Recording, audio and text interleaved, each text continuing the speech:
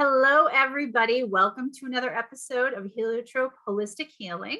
I'm your host, Christine Dorsey, and I have a very special guest with me today, Susan Walter.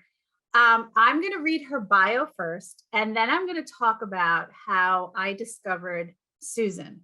So here we go. So Susan is an intuitive visionary artist.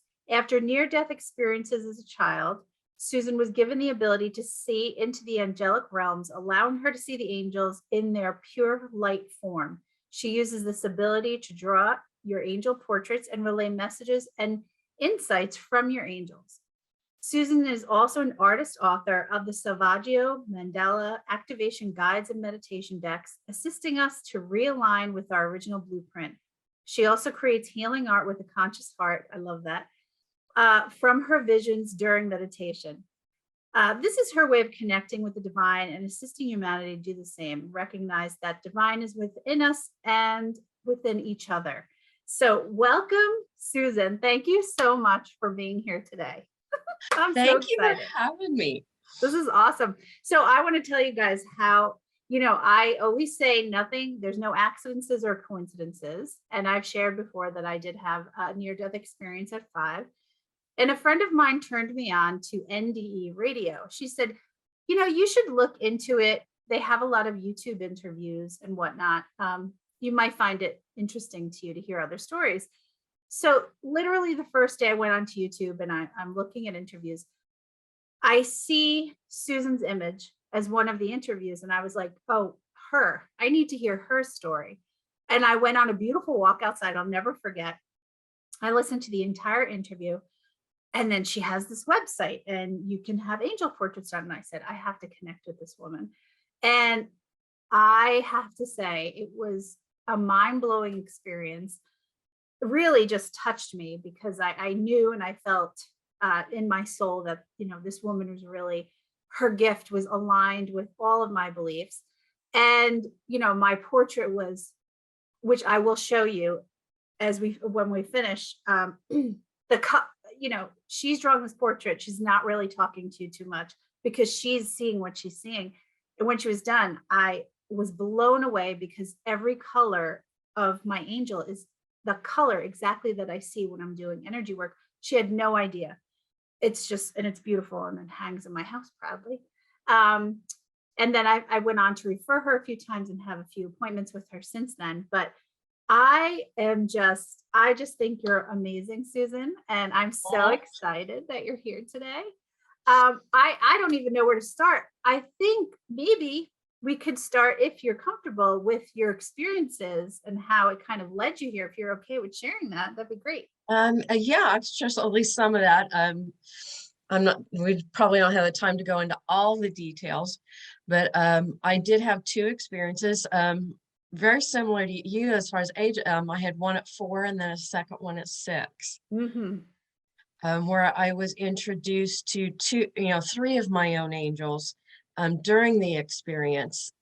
And it was like going to this very beautiful garden with just massive trees, the size of, growing up on a farm in Iowa, I'd never seen trees that large before. But now that I've seen pictures of like the redwoods in California, I'd say they're similar in size to that. And there was just all these little, the animals I was familiar with was, of course, birds, rabbits, mice, things like that running around the farm. And there was just all these little animals just kind of running everywhere. And it was more like, especially with the first one, they just want to come to like occupy my time while I was there. Interesting.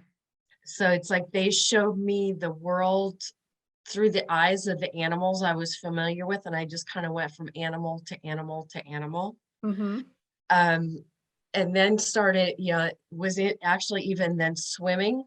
So fish or turtles, something like that. And then next thing I knew, I was in this massive creature, probably most likely a blue whale. Jeez.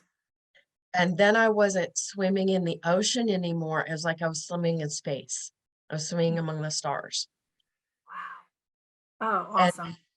And I was shown that it's like this moment in time that where like a massive number of souls were like created. And when God made, our creator made, made this huge exhale, it's like there was just this big, and like all these souls were created, and then all these different souls were like deciding where they were going to go and what they were going to do. Incredible. And I was moving to the angelic frequencies. Mm-hmm. And it's like I was pulled aside, me and actually two other souls were pulled aside and shown, we were asked to become planet creators. I'm still trying to grasp what that fully means. Interesting. But and shown what would happen kind of if we did and if we didn't. Oh, so they're giving you the free will, the two options of what Yeah, it would be and like. and I went to I obviously chose to do this, but the other two went on to the Angelic Realms. Okay. And then really not much after that. I'm waking up in the hospital with my grandmother sitting there with the National Geographic, and I'm seeing the cover of it, and it's the Giza Plateau. Wow. Jeez. On the cover of it, and I'm just going to go, well, where's the rest of them? There's more than just those three. Where's the rest of them? And it's really just been in the last few years we've even discovered there are platforms for even more pyramids on the plateau than are there today. Yes, that's right. It's wow.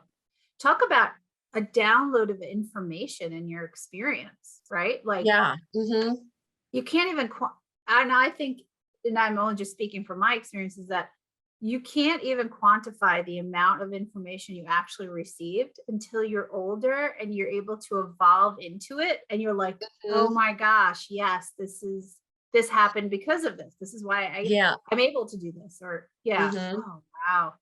And then, so is that the first experience that you had? Yeah, that was a first experience. There was a lot of similarities in the second one. I do also remember in the second one asking, because by then, I'm really, attending Sunday school and growing up in, the Lutheran church. Okay. And there it so I is. was asking questions about that. And, I don't really remember a lot of the questions. And I do remember one very specifically. I really wanted to know how long God's day was. And that was a question I continued to ask in Sunday school. And never really, because to me, especially from the first experience, it just didn't make sense to me that this energy that was this massive and could create all these souls, beautiful souls, and that their day was just one day, like our little tiny day. It just didn't make sense. Yeah.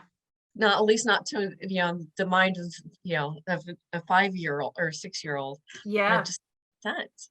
Yeah. And so when you have these experiences, were you able to talk about them at the time outside of like your grandmother sitting there and asking where the rest of them were? Or how was it received when you tried to talk about it? It did not go well because I still had the mind of a child. I didn't know how to explain what I'd experienced. And even at that point, the term near-death experience didn't even exist yet, let alone if I would have heard it. Yeah, that's true. Yeah, you're right. Same. Yeah. So it was really kind of just stories about, well, when I was a rabbit, when I was a snake, when I experienced, that was the best I could in my child's mind explain it. And so after a while, it was literally quit telling those stories. So I just quit talking about it. I didn't, because, after the experience, I was able to see my own angels all the time. So being told just not to, essentially just being told not to talk about it, I just quit talking about it. I didn't quit seeing or experiencing what was what was taking place. And when you were seeing your own angels, were you communicating with them? I mean, do you communicate with them, or do they communicate with you, or how does that communication work? Yeah, that kind of went off and on over the years as I was growing up. Yeah, Mm-hmm. particularly, those stubborn teenage years. Yeah. Yeah, it's like, yeah, things got a little quieter during that time. Yeah, Susan's going down her own little path. Yeah, I was trying to be a normal teenage kid. Yeah. Don't remind me this is a bad idea. I'm having fun. No. Oh, yeah, that makes sense. And so, all right, so teenage years, I could see that little more ego coming in and sort of clouding, the ability Yeah. to perceive. Yeah, and then, get married and having kids and all, things Yeah. that we were normal, they're totally normal in our 3D world to do.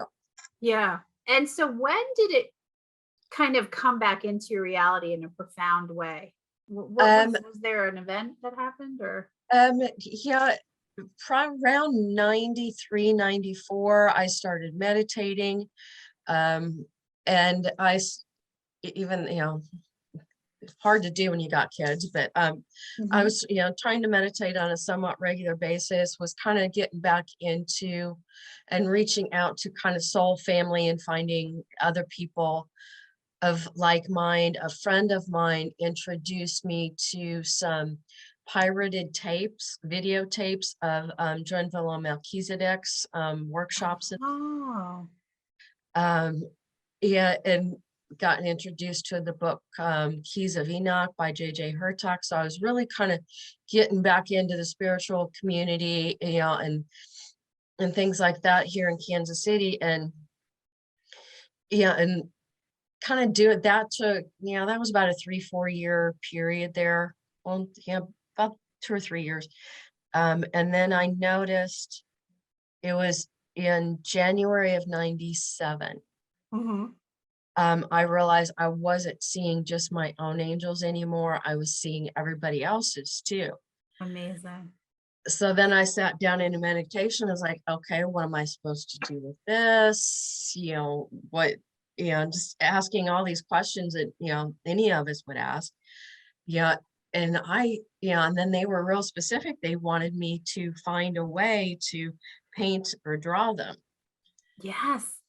If such And validation, it brings validation to mhm. their energy, right? When you can see it. Yeah, and I argued with them for like the first 6 months, going, why me? There's got to be somebody better at this, because at the time, I was kind of doodling, but I really, I was not an artist by any means. So they've had to teach me how to do that part. Wow. And also, at the time, two of my, I had 4 children, 2 were teenage boys Yeah. and 2 toddlers, one of which was even selling diapers. Geez. Talk It's like, about a full, yeah, that's a lot. yeah, Yeah. yeah.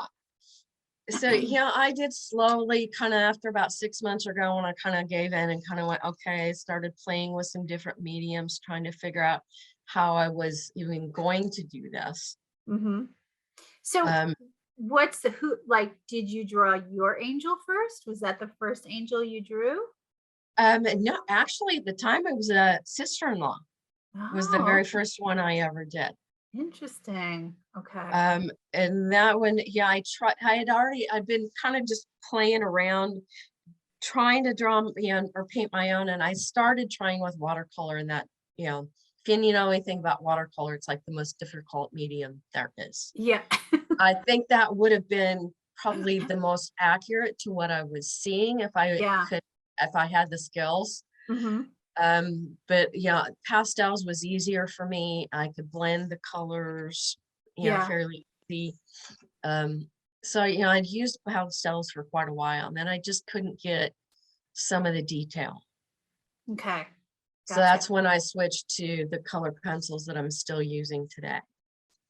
I mean, if you don't mind, I'm gonna, because I can see in the screen, I'm sure the viewers can see. So can you tell us what's behind you? Because they're stunning. So who, Okay, yeah, see over here, that is that's an angel. It's not anybody's a personal one. okay, It is, and it's not giving me a name, which yes, sometimes the ones with purpose don't. Um, okay. it is an angel of transformation. Mm, beautiful. And then some of the other things you see around me is some of the other art that I have created. And these have all been within the last year or so. Wow. The green one right there, what looks like, I don't know what's underneath her right there. That's beautiful. What's that one? That is a symbol from the Indian tradition called the Shirantra. Oh, yes. So it's part of sacred geometry. Yes. Oh my God.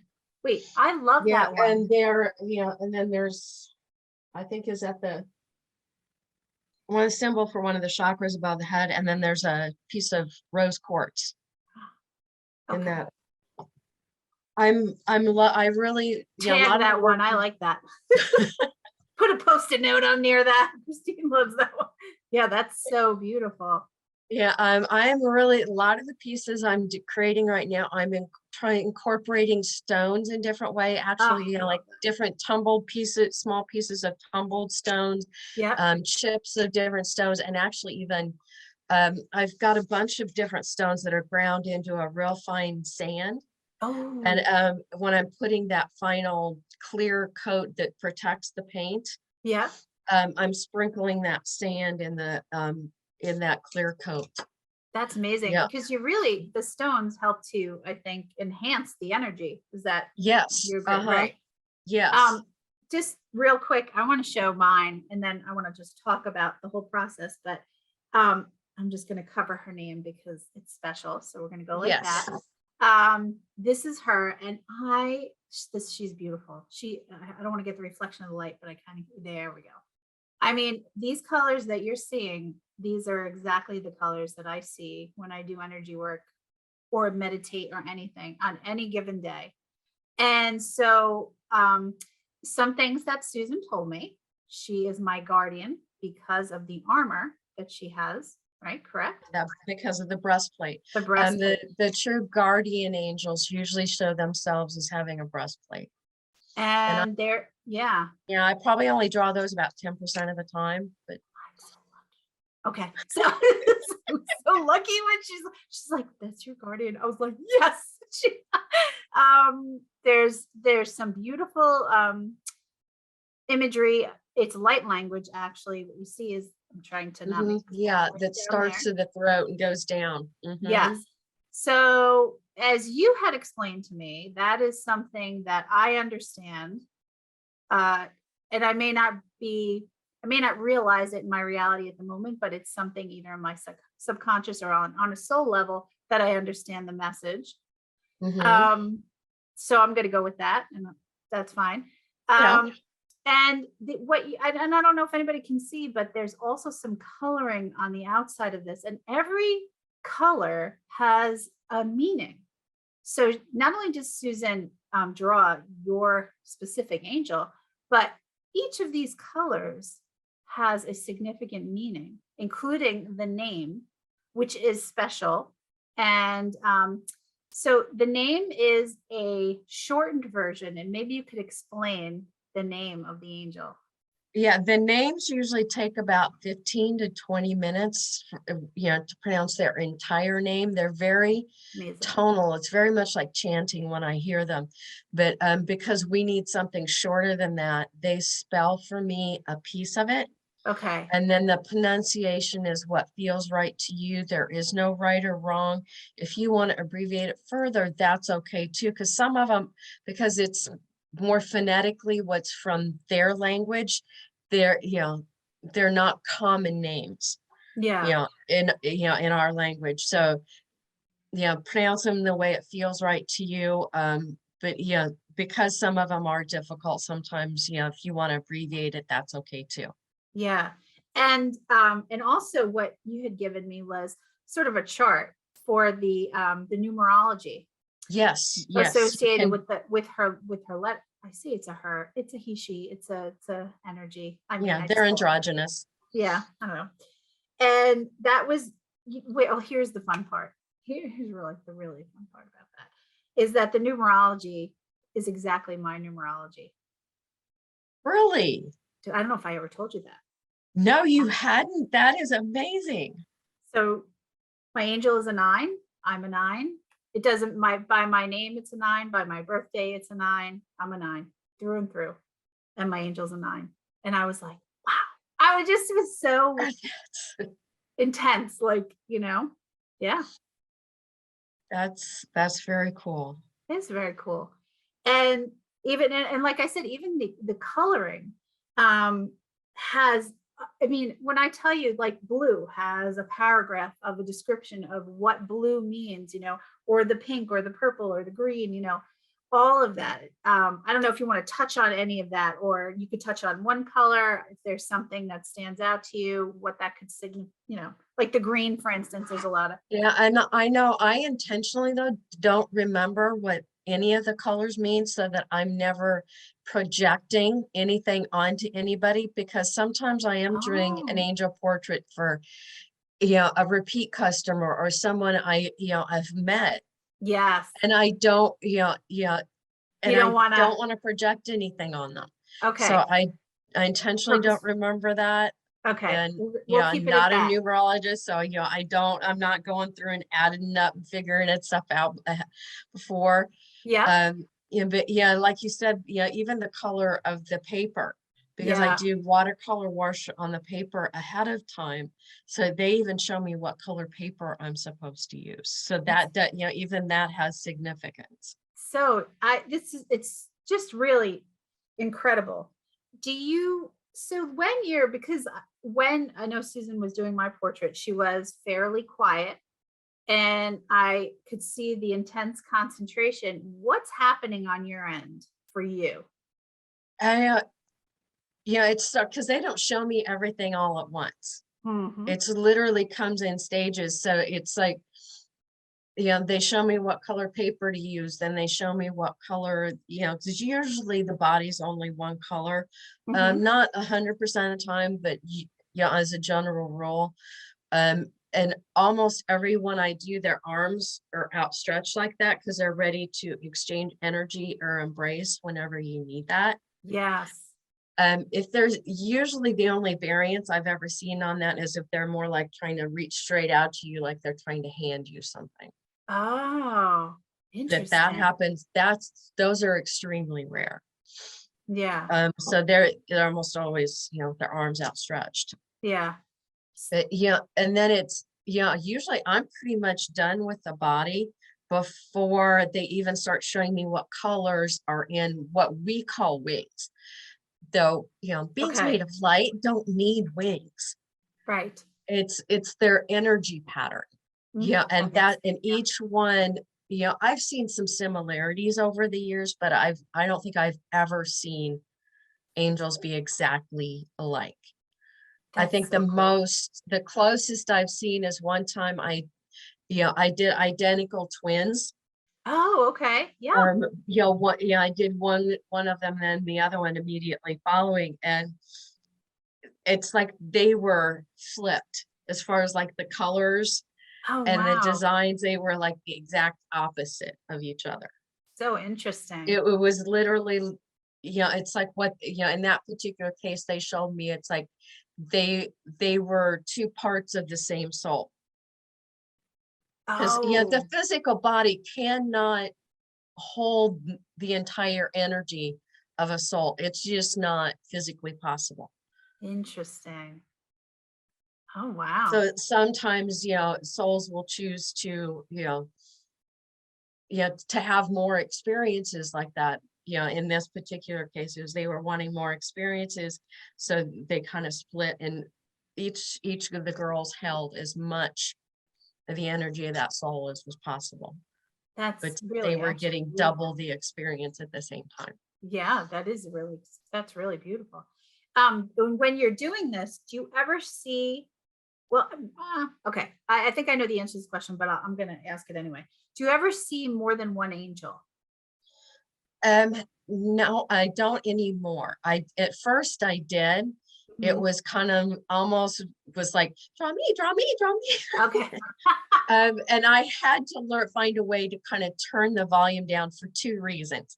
Yeah. Doing everyday things like going to the grocery store and seeing absolutely everybody's angel was just a little overwhelming. Oh, yeah, definitely. Yeah. I could see So that. to be able Yes. to function. I Yeah. need it, but and then yeah, and being able to turn the volume down and to is helped also as to which angel I'm supposed to draw. So now I see them more as in normal every day, I see them as like spheres of different sizes of Okay. color that's just constantly moving. So it's kind of like a snow globe full of glitter that I'm seeing Oh, all the time interesting. around people. And then when I set with somebody, whether it's in person or through Zoom, just one then will step forward and take shape and define color.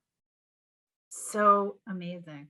I mean, it just is stunning to me. And there's a couple of rules we kind of talked about. And I'll never forget this because I started to incorporate angels into my healing sessions more purposefully. So I would ask my clients to give their angels permission to assist in the healing session, but to return directly back to them when we were completed. Because I remember you telling me that people, without realizing it, were giving their angels away. So Yeah, how does that that is happen? yeah. A lot of times, people, it's like, go help, this person that or this your one of your kids. I just heard my cats running around upstairs. It's all right. That's that yeah, you can send one of them away to, to like to help them with this or that, or to see them through this difficult time. And it's like you don't, to go give messages to someone or to go assist them, but we need to call our angels back to ourselves. Yeah. And It's who's for the heavy lifting? Who do like, so who would you suggest? Like, look, if somebody needed help or protection, who would you normally send in if you were going to pray to an angel? yeah. I actually, in what this is my what I do is like, if I was, worried about, somebody was going through a health issue, I was like, okay, whoever's on my health team, Hmm. go, because, that, I may call on one, but that may not be the best one. Okay. Yeah. Yeah, they might, so I usually say, okay, whoever's on my health team that would be best in assisting, In my that, whatever that child is. to, Yeah. whatever they're, going through at this time. But, yeah, and then I'll make sure, say something to make sure, and when this is complete, come back to me. Yeah. Yeah, Do you in some ever way. pull in the archangels for roles? I do sometimes, not that I never do, but yeah, because they kind of, archangels will come and go as needed. Mm, They're not going to be one of your personal ones. right. Exactly. Yeah, so sometimes they can, they may appear because you've called them, or they may appear because they feel they are needed. Okay. Right. Gosh, it's so amazing. And how many angels can a person have? I mean, give or take. Yeah, it's everybody has minimum 3. Okay. That's the absolute minimum I've seen with anybody. Yeah. But it's the more you have, the more work you have to do. Ugh, okay. So it may not be the greatest thing to have, a huge team. Um, yeah, and if you have more than, particularly if you have more personal angels, more than 12, then you have what's called a planetary contract, which means you were literally contracted to be here to help others, or to help the planet in some way. Okay. Wow.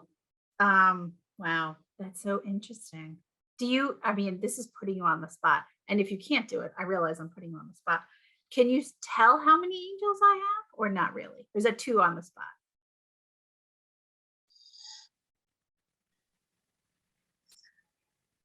9, 10, 10? 10 for sure. There might be an 11th. Yeah, it's like, because you're not in where you do your healings work right now, are you? No, not exactly. No. Okay, yeah, there's an 11th one that's like stays in that space. Yeah, that would be this next room over. I mean, I'm not far, but That's the But space it's where like that angel is staying, the 11th is staying in that specific space interesting. to make sure that the energy is, is held in that space. Wow. To That's amazing. allow. Mhm. Yeah. So I have to share this with you, and I wonder if you've had this happen. After our experience, I worked on a client who is very high vibrating. We will say that. I mean, she's probably the one person I know who's had some amazing visions and experiences. So when I work on her, I mean, it is like very intense and it's a beautiful experience. So this one day I was playing tones, an Archangel Michael sort of it was like a YouTube, but it was Archangel Michael like tones and vibrations. Mhm. And I'm getting into about the first, I'd say 10 to 15 minutes, I'm into it. And all of a sudden, I'll never forget this. It was, I start hearing whispers, so many whispers. And then I did one of these where I actually stopped and I turned and I looked at the speaker because I was like, my ego goes, what the heck is that? And I was like, what's happening? And then I went back. I just said, just keep going. I just kept going. And then it was like multiple whispers, multiple whispers, multiple whispers. And then, so I did share with you because I remember, I think when Ellen and I had our call with you, I think I might have shared it with you. I said, this crazy thing happened. And what you had said to me was, it was my angels and the client's angels conversing over what was happening, what was going to be done.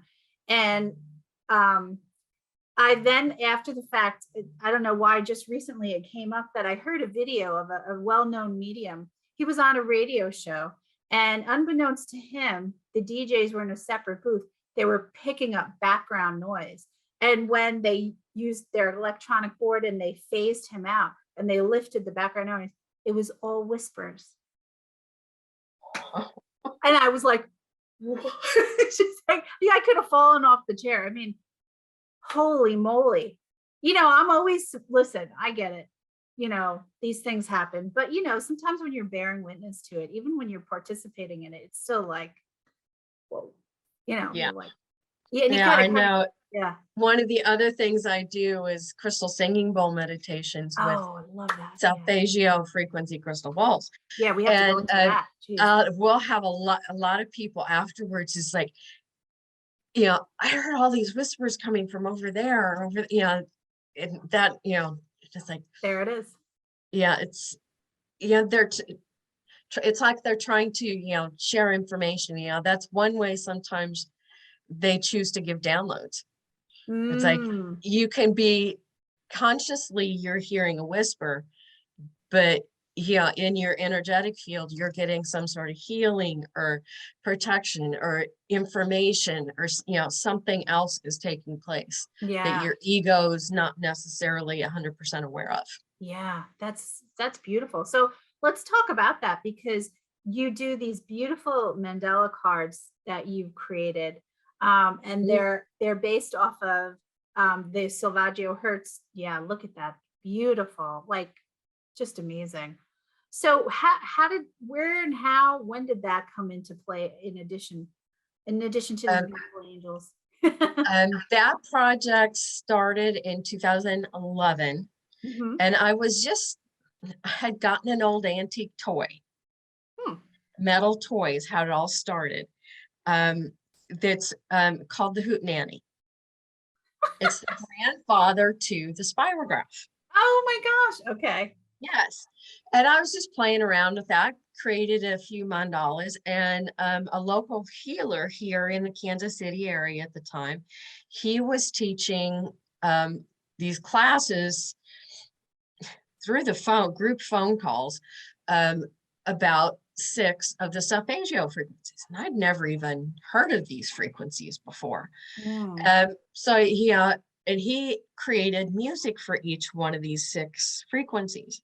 And he sent me the music and said, just create a mandala for it, with this music. And I was like, I don't know if I can even do that. I've never done anything like that before. So let's just see what happens. And that's how the first 6 were created, was Wow. from there. And then I just continued to do more research into the solfeggio frequencies and what they are and what they're all about. And I found out there's not 6. It's actually 9 sets of 9 for a total of 81 frequencies. I'm like, Wow. by now I got to do 81, Mandala. Oh my God.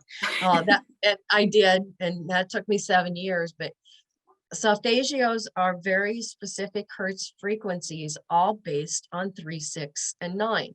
It's Pythagorean math and all this, and now I'm just really kind of, this light bulb goes off because, like my birthday is 3, 6, and I'd always was, weird about, doing everything, in threes. Okay. Yeah. And What, because I you don't, talked my about whole that. We life. talked the to talk about, if you could, what the significance is of the 3, 6, 9, all the different sort of, go ahead. First, Nikolai Tesla said if we understood 3, 6, and 9, we'd understand the universe. Yeah. One of the greatest minds, though there's rumors he may have had some knowledge from some ancient civilizations too that are not. Oh, okay. That Tartaria, and that's a whole nother rabbit hole you can go down. But even NASA, when they have gone into space, they have found through recording equipment that each of the different moons and suns and planets all put off a frequency. Mm. And it is the solfeggio frequencies. Our own sun puts off frequency 528. Wow.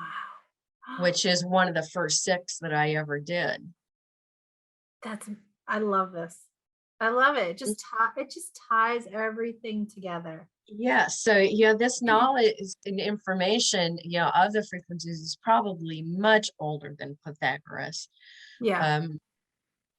Even some of the geometry in creating the pyramids and some of these, the placements of these different temples and things throughout Egypt, it all comes out to, being the distances or the dimensions or something. It's similar to the solfeggio frequencies. It ties everything together, but also it makes you realize how expansive it is. Yeah. Oh, wow. Yeah. It's beyond anything you can comprehend. And the frequencies were used, up to sometime in the 1600s is when the church lost the frequencies. They had been used in the Gregorian chants up to that time, but people were having experiences that the church couldn't control. That's right. That makes sense. You said it. You summed it up. And now it's kind of, I think, with this new age and dimension that we're in, we're able to tap back into it. And I think in my experience, the kids that I see, young adults that I'm treating, so highly intuitive, and they understand they understand the frequency better than this reality. Yes. Yeah. So any musicians out there, please start tuning your instruments. Instead of 440, go either 432 or 444. Oh, okay. That's good. Good advice. I love it. I think it's beautiful. And anything else in addition? So you're doing on your end where you are, which I wish we lived closer, Susan, because I wish we did I would too. I would be at your place all the time. You're doing your artwork, your mandala cards. Is there anything else? Are you doing shows in your area? Do you do that? Like what do you have like going on your end? I do a few of the metaphysical fairs. I'll be in Des Moines, Iowa later this month at a fair. Okay. I've got a few crystal singing bowl meditations planned in person. I have gone into the sound studio and recorded a couple of those. Oh, you have? Okay. And those, are available either on MP4 and download on my website, or you can purchase an actual CD if you still have a CD player. It's amazing how fast those kind of came and went. Yeah, seriously, right? Um, Uh-huh. and we're definitely, before we end, just we're not done yet, but we're gonna plug in your website information so people can find you. But what if you had little tips for people at this time in terms of energy, angels? What would you tell people right now to focus on? Anything in particular? Most important thing you can do probably this time is meditate in some way. Yeah. And don't get wrapped up in, you know, doing the silence or any, there's multiple, walking in nature can be a form of meditation. Listening to healing music can be a form of meditation. There are guided meditations. There's the crystal bowls. Yeah. There's numerous different ways to meditate. Just find a way that works for you. Hmm. It can be the most powerful to do it about the same time every day, even if it's only for 5 or 10 minutes, because Mm. that's what starts training the brain Hmm. to know, okay, this is my time you know, to relax and down and to release and download. Yeah. That's great. I think that's perfect advice. And right, and that's when you're aware and you're able to receive. And if your angel has messages for you, you're gonna, Or your spirit guides do, yeah, absolutely. What's your morning or routine? Like what's your prepping yourself for the day? What do you do personally? um, yeah, I've gotten so unfortunately, and I do not have a set time to get up Right. and get going in the morning. But meditation and that kind of downtime is one of the first things I do before I really even get going. Okay. Yeah, perfect. And that's how I start my day. A lot of times I'll kind of end my day, that first few minutes after I'm getting into bed, I'll spend a few minutes just kind of, glancing over the day, going, being thankful for something. And sometimes it's, on a cold day, it might be thankful the furnace works. Yeah. On rainy Hey, days, you're thankful I've got thankful. a solid roof over my head. Yeah. And but also, being thankful that, I'm physically able to accomplish the different things that I was accomplished throughout the day. Yeah. God, you're right. Absolutely. I think that that's very important. Like you said, you don't have to get wrapped up into the the structure of anything. It can be very fluid if that's at best what you can Yeah, do. and you don't necessarily need to even do the same type of meditation every single day. Yeah. You know, abs- try some different forms of meditation to find something that's, works for you. Yeah. I love that. I just met with a friend today. So really love this. She's a psychotherapist and she knows there's more and she's ready to create that bridge and expand her practice. And so we had this really full conversation earlier today and we were talking about changing the frequency. And I just said, a real quick way to do that is even just to stand in the shower and just let the water run over you is you're gonna, raise your frequency.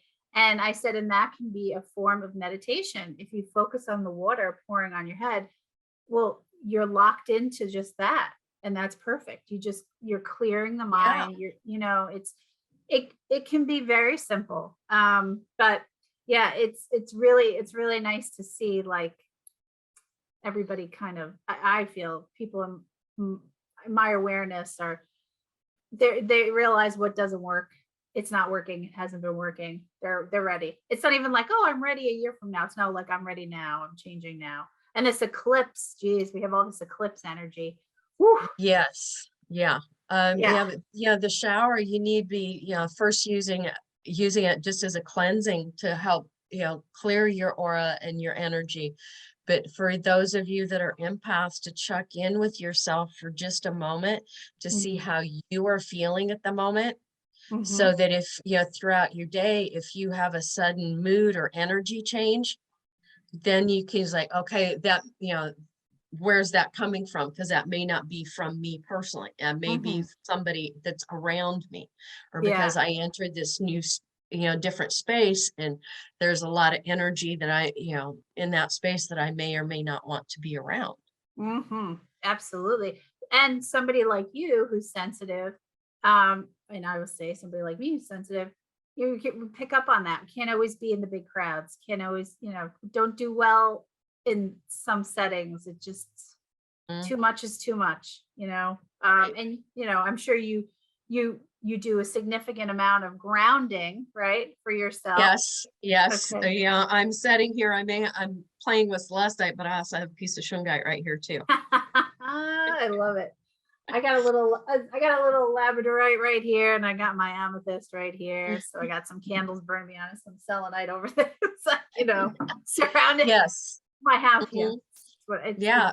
what works. Yeah. And I've got these little boxes, wooden boxes from like, I think I got them at like Michael's when 'cause I just bought a new house or a new to me house last year.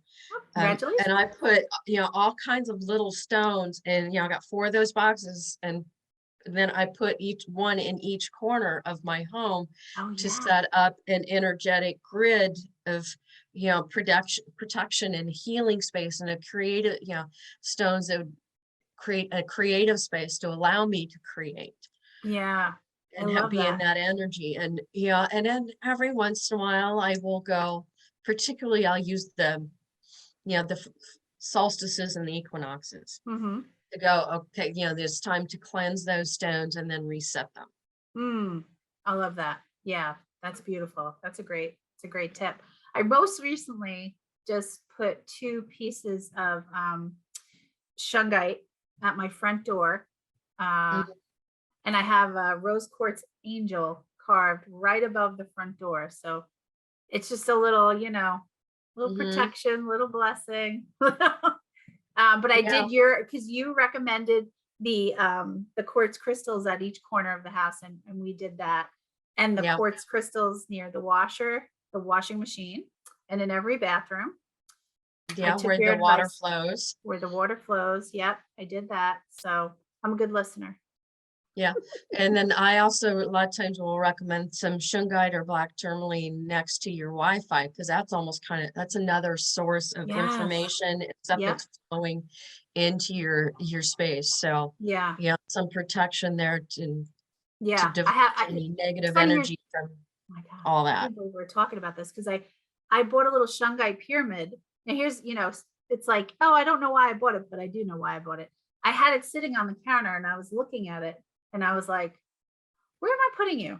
I don't know yet, but I will. So I'm not giving it away, right? So now we're having this conversation. I'm like, oh, I know where I'm putting it. I'm putting it right next to the light switch. Yeah. That's where I'm And putting it. I just recently bought, a big bag of, the raw shungite. Oh, I love it. Beautiful. Yeah. Wow. And yeah, there's even it's more than I need. So there's even some for sale on my website for. I love that. I always have fun with Susan because she has a Facebook page and she does these fun little giveaways.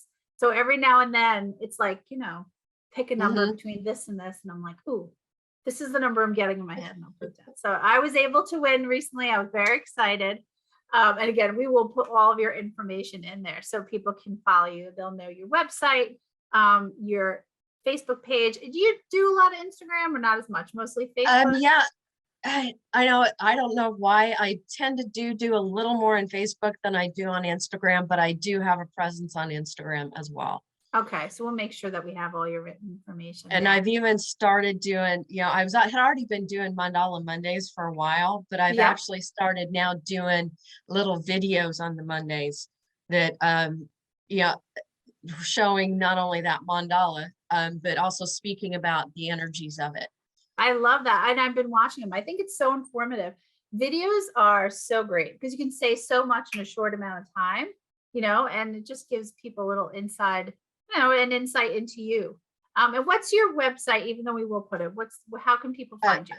It is susanwalterart.com. And I Oh, know it on Facebook, it's Susan Walter Art, and also on Instagram. That's, I yeah. try to keep things easy.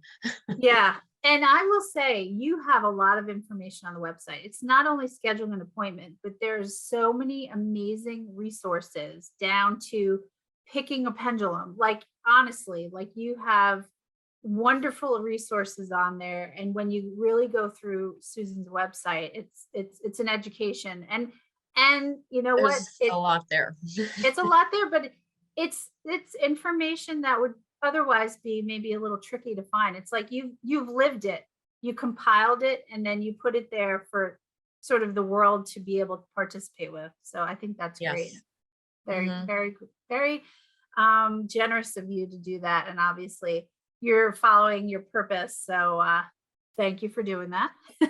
And thank you for following yours. Thank you so Being the much. healer that you are and doing these shows to help share more information. Thank Yeah. I love it, and I appreciate that you were here with me today. You know, you guys, I try to find things in my life that have worked for me that I think is important for you, and maybe somebody takes one little ounce of this information and you move forward with it. If it resonates, keep it, and if it doesn't, no, let it go. It's all good. It's information. Information is power. And thank you so much, Susan. So grateful to have you here today. And I look forward to talking again too. And I look forward because I will have another session with you. But everybody, if you could like, subscribe, and share this video with your friends. And I will see you next time, everybody. Take care. Blessings to you, Susan. Blessings to everybody.